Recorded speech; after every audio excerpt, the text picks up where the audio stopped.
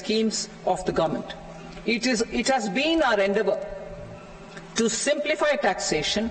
We have taken a number of measures in the last few years, including introduction of simplified tax regimes without exemptions and deductions for corporate tax and for personal income tax. This has been appreciated by taxpayers. 58% of corporate tax came from the simplified tax regime in the financial year 22-23. Similarly, as per data available till now, for the last fiscal, more than 2/3 have availed the new personal income tax regime. Comprehensive review of the Income Tax Act. I am now announcing a comprehensive review of the Income Tax Act 1961. The purpose is to make the Act concise, lucid, easy to read and understand. This will reduce disputes and litigation, thereby providing tax certainty to the taxpayers. I will also bring down the demand embroiled in litigation. It is proposed to be completed in 6 months. A beginning is being made in the Finance Bill by simplifying the tax regime for charities, TDS rate structures, provisions of reassessment and such provisions, and capital gains taxation. Simplification for charities and TDS. Two tax exemption regimes.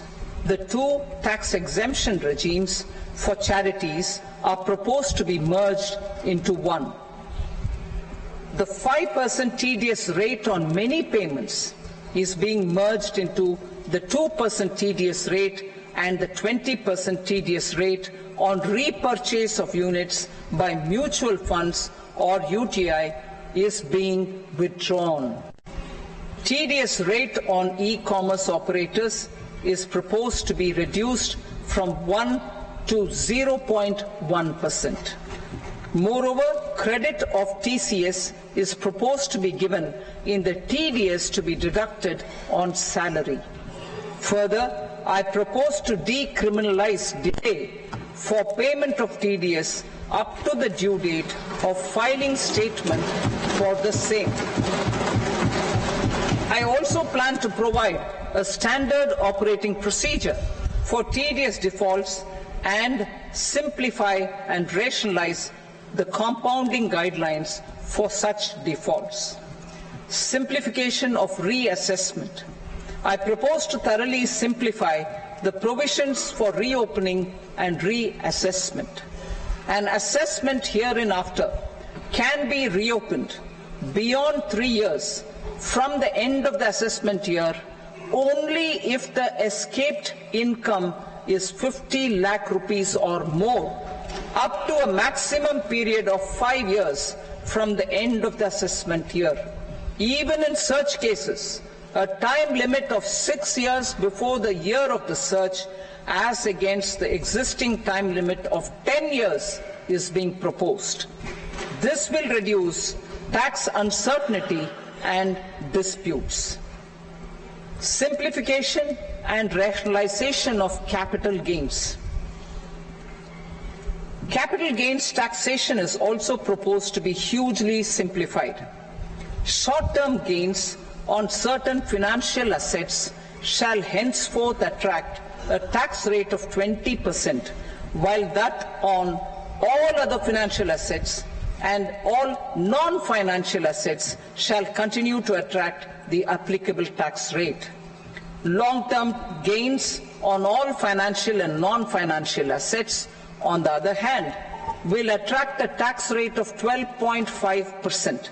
For the benefit of the lower and the middle income classes, I propose to increase the limit of exemption of capital gains on certain financial assets to 1.25 lakh rupees per year.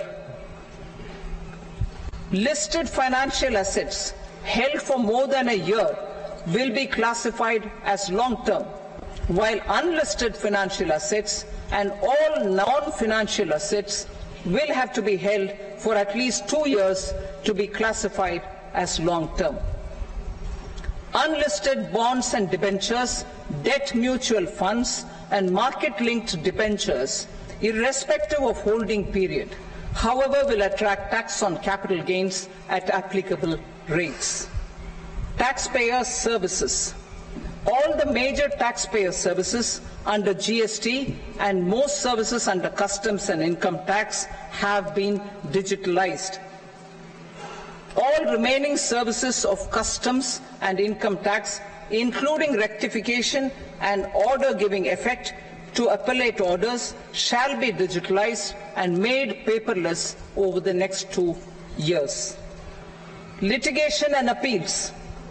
While our concerted efforts to reduce pendency of appeals at various appellate fora are beginning to show good results, it will continue to engage our highest attention.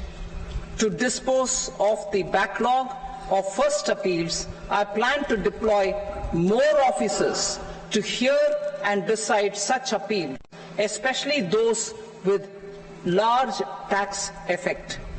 For resolution of certain income tax disputes pending an appeal, I am also proposing Vivad Se Vishwas Scheme 2024.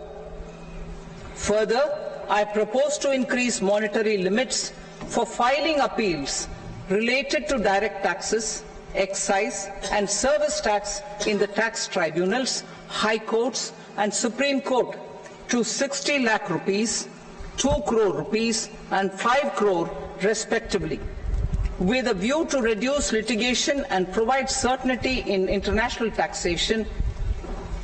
We will expand the scope of safe harbor rules and make them more attractive. We will also streamline the transfer pricing assessment procedure. Employment and investment. I have a few proposals to promote investment and foster employment.